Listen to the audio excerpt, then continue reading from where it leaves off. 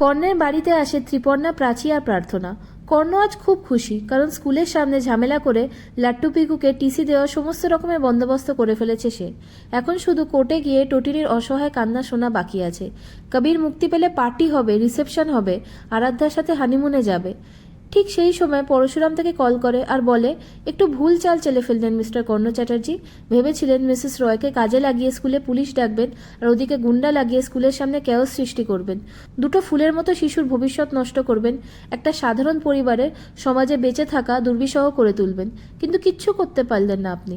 স্কুলে একটা গুলিও চলেনি, একটা বোমাও পড়েনি, কারণ আপনার ভাড়া করা গুন্ডাদের রুখে দিয়ে সমস্ত চাল ভেস্তে দিয়েছে এই পরশুরাম। কর্ণ অবাক হয়ে যায়, বলে, এত বড় স্পর্ধা তোমার? কে তুমি? পরশুরাম বলে, আমি পরশুরাম, কর্ণের মতো ক্রিমিনালদের শাস্তি দিয়ে সমাজে ন্যায় প্রতিষ্ঠা করি।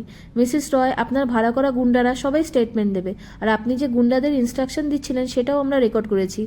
এবার এগুলো প্রেস মিডিয়ার হাতে তুলে দেব। অন্যদিকে জিৎ আর সত্যজিৎ বলাবলি করছিল যে টিভি আর সোশ্যাল মিডিয়া জুড়ে কর্ণের এই কুকীর্তির কথা প্রচার হচ্ছে। ভূমিকা কর্ণের মজা উড়িয়ে বলে, বাহ, একটা সাধারণ বীমা কোম্পানির এজেন্ট যা নুন আনতে পান্তা ফুরায়, তার টিকিতেও ছুটে পারলেন না আপনারা। পারবেন কি করে? পরশুরাম ওদের পাশে আছে যে। এদিকে টটিনি জিতকে কল করে বলে যে টিভিতে খবরটা শুনলে তো ছোটকা, সত্যের জয় হয়েছে। প্রাথমিকভাবে আমরা জিতেছি, বাকি লড়াইটা কোর্টে হবে। তোমরা এখানেও হেরেছ, কোর্টেও হারবে।